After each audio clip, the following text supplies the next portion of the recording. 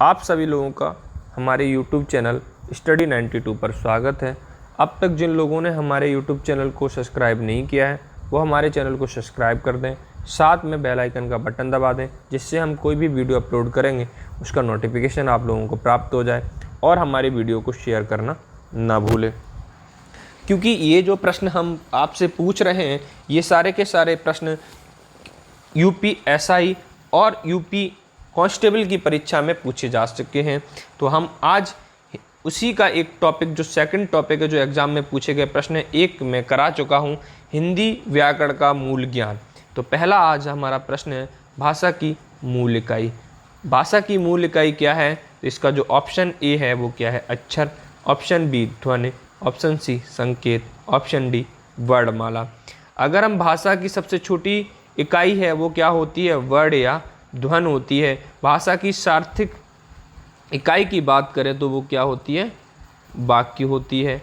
वाक्य से भी छोटी इकाई क्या होती है हमारी? उपवाक्य होती है। क्या होती है? उपवाक्य होती है। उपवाक्य से भी छोटी इकाई हमारा क्या होता है? पदबंध होता है। क्या होता है? पदबंध होता है। पदबंध से भी छोटी इकाई क्या होती है? पद या शब्द। पद को ही हम क्या कहते हैं? शब्द भी कहते हैं। और पद से भी छोटी जो इकाई होती है वो क्या होती है? अक्षर होती है। और अक्षर से भी जो छोटी इकाई होती है उसी को हम क्या कहते हैं?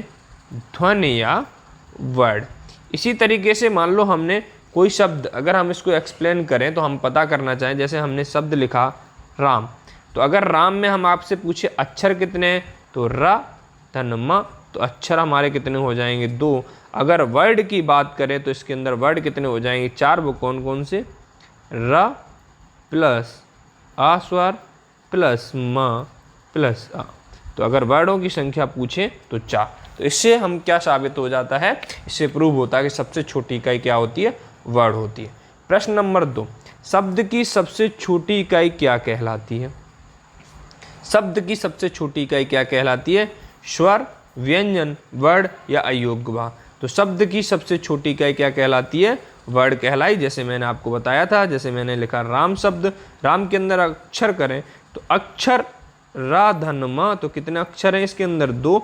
और अगर वर्ड की बात करें तो रा धन अ धन म और धन अ, तो ये सब मिला के कितने हो गए? 4।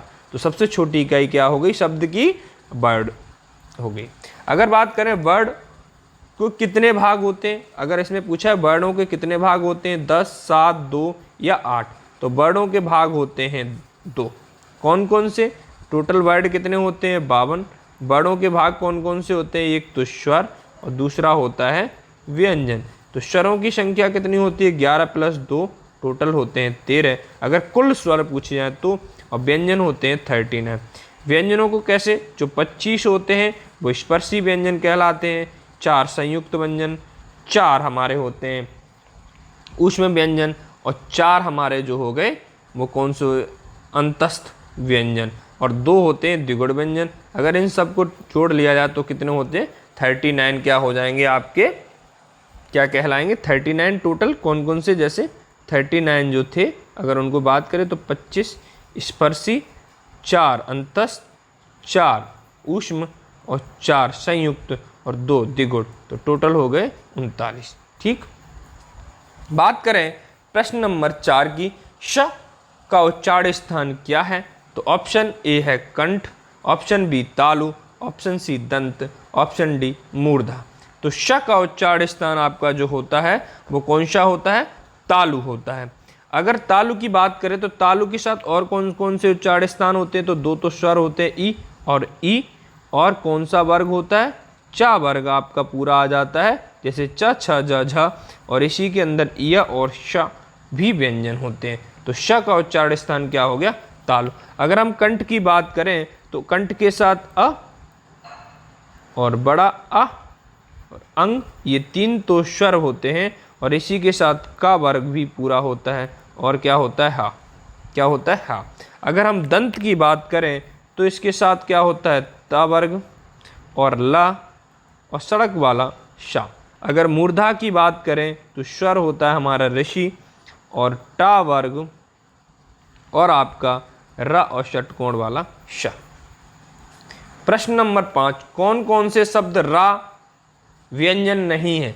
कौन से शब्द में ये 4 शब्द दिए हैं, मात्र, मूर्धा, क्रम और मातृभूमि में रा व्यंजन नहीं है? अगर हम इसका बड़ विच्छेद करें तो म प्लस अ प्लस ये संयुक्त व्यंजन रा, वो ता, फिर रा, फिर आ।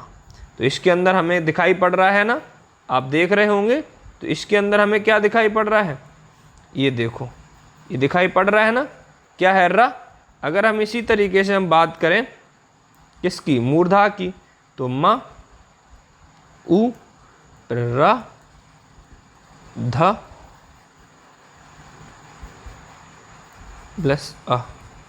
फिर हम क्रम की बात करें तो क र, फिर अ, फिर म और फिर अ। अब इसकी बात करें मात्र भूमि की, तो हम मात्र का कर लें, भूमि हमें करें या नहीं करें कोई फर्क नहीं पड़ता, इसी से पता चल जाएगा। तो यहाँ क्या है? म। यहाँ क्या आ जाएगा आपका? अ। यहाँ ये किसकी मात्रा है? हमने बताया था जब मात्राएं पढ़ी होंगी तो री की मात्रा है, तो यहाँ क्या हो जाएगा? री ता, है ना, ये ना री, तो मात्र है ना, ऐसी तो लिखते हैं। कैसे लिखते हैं इसको?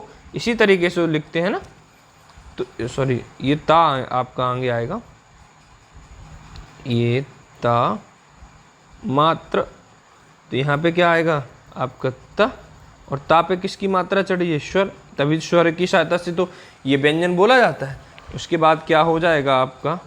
व प्लस उ प्लस म, इस तरीके से पूरा होगा मातृभूमि। तो आपको यहाँ पे स्पष्ट दिख रहा होगा कि इसके अंदर भी रा है, इसके अंदर भी रा है, लेकिन मातृभूमि के अंदर रा नहीं है, तो यही इसका ऑप्शन सही है। ऑप्शन नंबर 6, कौन सा व्यंजन नासिका द्वारा उच्चरित होता है? प्रश्न पूछा है कि कौन सा व्यंजन नासिका द्वारा उच्चरित होता है। तो कौन सा व्यंजन नासिका द्वारा उच्चरित होता है? ड़, ज, ड़, द। तो आपका जो पहला ऑप्शन है वो पहला ऑप्शन सही है। ड़ा व्यंजन नासिका द्वारा उच्चरित होते हैं कि वर्णमाला में 5वां वर्ण है जिनका उच्चारण मुख और नासिका से होता है। जो कौन कौन से होते हैं? अंग, यहाँ, ड़, न और म। ये पांचों के पांचों कौन से होते हैं?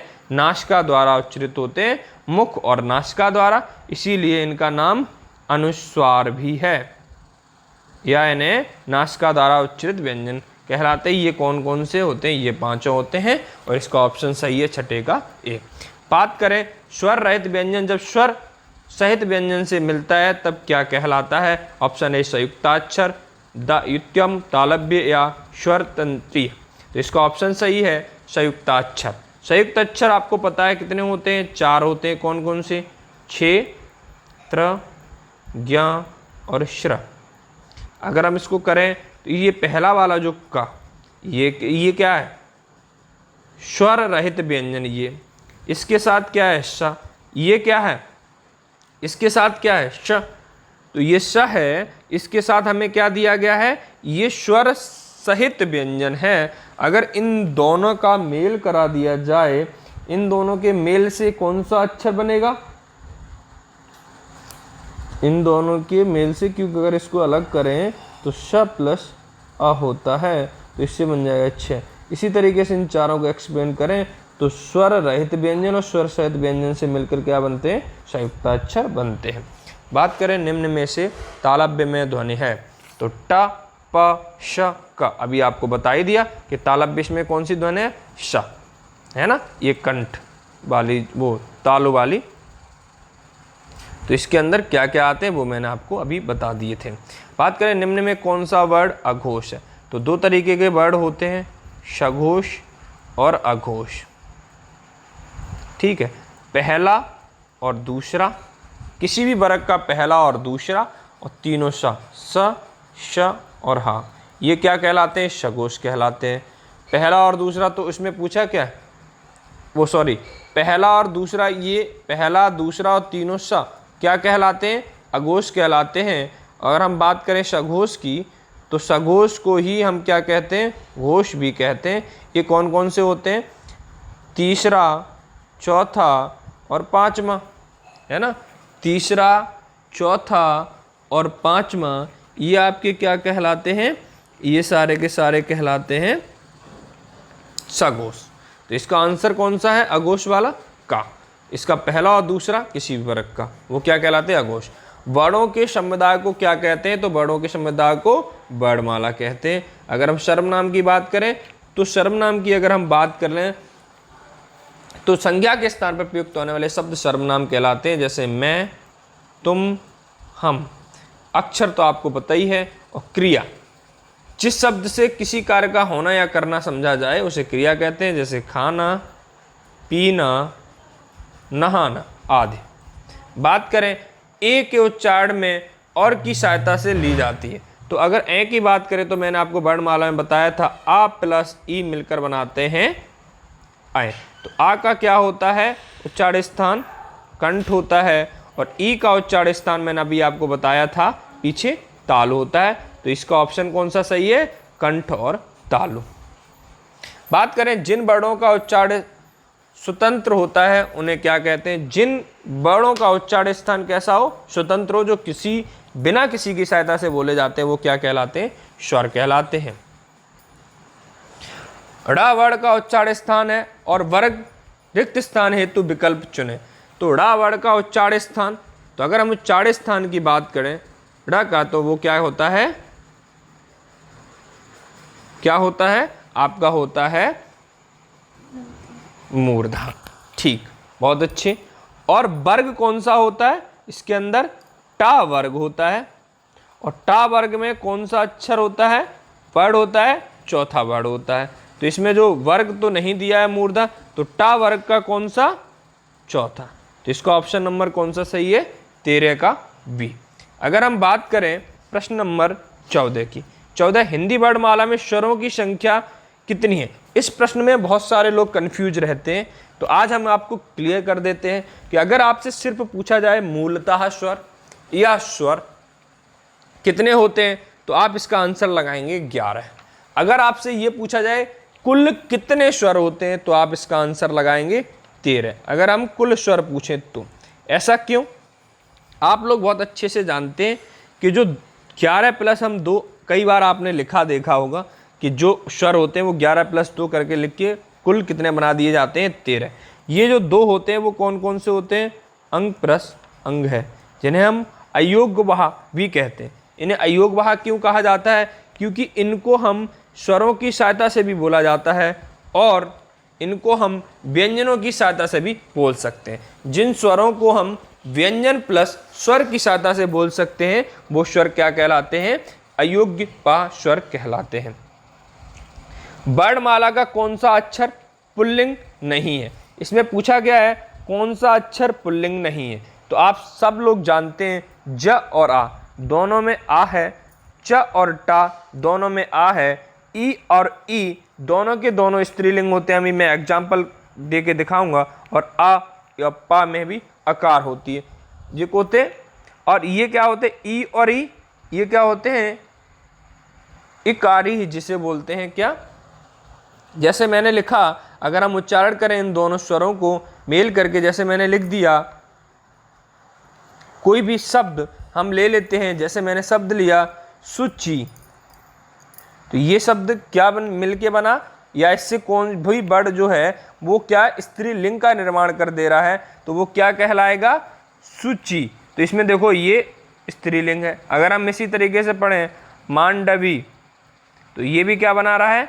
स्त्रीलिंग बना रहा है। लेकिन कोई भी, जैसे हम बात करें जलज, तो क्या ये स्त्रीलिंग का आभास करा रहा? नहीं। अगर हम इसी तरीके से करें हुआ, तो क्या ये स्त्रीलिंग का आभास करा रहा है? नहीं करा रहा है। इसी तरीके से हम पता कर लेंगे कि इसके अंदर कौन सा स्त्रीलिंग कौन सा पुल्लिंग नहीं है। तो बाकी ये तीनों पुल्लिंग है, ए बी और डी, और सी क्या है? स्त्रीलिंग है। बात करें प्रश्न नंबर 16 की, चा वर्ग ध्वनि किस वर्ग में आती है? जो चा वर्ग होता है वो किस वर्ग की ध्वनि में आता है? तो मैंने अभी आपको बताया जो चा वर्ग होता है, सबसे पहले कंठ, जो चा वर्ग होता है वो किस में आता है? कंठ की ध्वनि में आता है। चा वर्ग किसकी ध्वनि में आता है? कंठ की ध्वनि में आता है। अगर आपसे कोई ये पूछ ले कि जो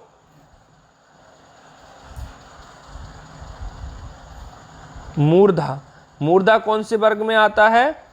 टा वर्ग में आ जाता है। मूर्धा किस वर्ग में आता है? मूर्धा किसके लिए होता है? टा वर्ग के लिए होता है। जो तालव्य होते हैं वो किसके लिए होते हैं? तालु।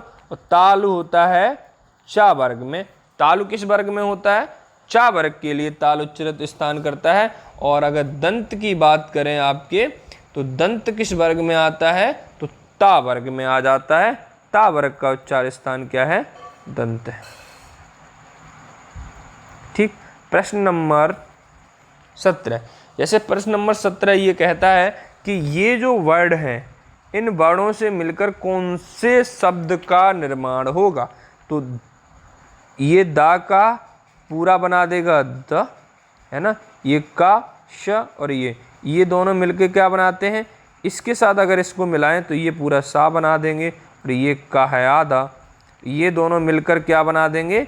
ये बना देंगे छ, और ये तो दा बना ही दिया, तो मिलकर शब्द बना दच। तो इसका ऑप्शन कौन सा 17 का सही है? ए ऑप्शन सही है। बात करें प्रश्न नंबर 18 की, निम्नलिखित प्रश्नों में 4 विकल्पों में से उस सही विकल्प का चयन करें जो वर्ण स्वर की सहायता से बोले जाते हैं, उन्हें क्या कहलाते हैं? जो वर्ण होते हैं वो किसकी सहायता से? स्वर की सहायता से बोले जाते हैं, उन्हें क्या कहा जाता है? स्वर कहा जाता है, व्यंजन, वर्णमाला या ध्वनि, तो उनको हम क्या कहते हैं? व्यंजन कहते हैं। बात करें 19, निम्नलिखित में से प्रश्नों के 4 विकल्पों में से उस सही विकल्प का चयन करें जो बताता है कि व्यंजन को स्वर रहित दिखाने के लिए किस चिन्ह का उपयोग किया जाता है। तो आप सब लोगों को पता होगा किस चिन्ह का प्रयोग किया जाता है? अनुस्वार, अनुनासिका, हलंत या स्वर। जैसे मैंने लिखा राम, तो ये रा, फिर आ, फिर मा, फिर आ, तो इसके नीचे हम क्या लगा रहे हैं? हलंत। हलंत लगाते ही हमें पता चल जाता है कि ये व्यंजन के अंदर स्वर नहीं है या स्वर रहित है।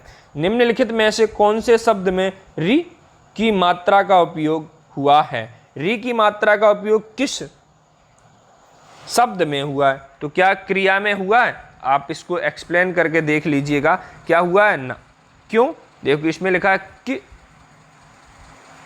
क्रिया में नहीं हुआ है, आप सब लोग बहुत अच्छे जानते हैं। वर्षा में भी नहीं हुआ, हमने आपको एक्सप्लेन किया था, इसमें मात्रा का प्रयोग नहीं हुआ। लेकिन जो वृष्टि शब्द है इसमें हुआ है। लाओ मैं इसको एक्सप्लेन कर देता हूँ क्या है, देखते हैं। वह, फिर वह के बाद हमें उच्चारण क्या? री का उच्चारण व्र आ रहा है ना, री का उच्चारण, फिर उसके बाद आधा श, फिर उसके बाद टा, और फिर उसके बाद ई। तो इसके अंदर क्या है? री है, री मात्रा का उपयोग हुआ है, हाँ हुआ है। तो इसका ऑप्शन नंबर कौन सा सही है? डी। तो आज आप लोगों ने इन 20 प्रश्नों को किया जो यूपी एसआई में और उत्तर प्रदेश कांस्टेबल में पूछे जा चुके हैं या आरक्षी में पूछे जा चुके हैं, उन प्रश्नों को आज हमने कराया। अगर आपको हमारी वीडियो पसंद आई हो तो हमारे वीडियो को लाइक कर दें, और अब तक आपने हमारे वीडियो को सब्सक्राइब नहीं किया है तो सब्सक्राइब कर दें और शेयर करना ना भूलें। जय हिंद, जय भारत, धन्यवाद।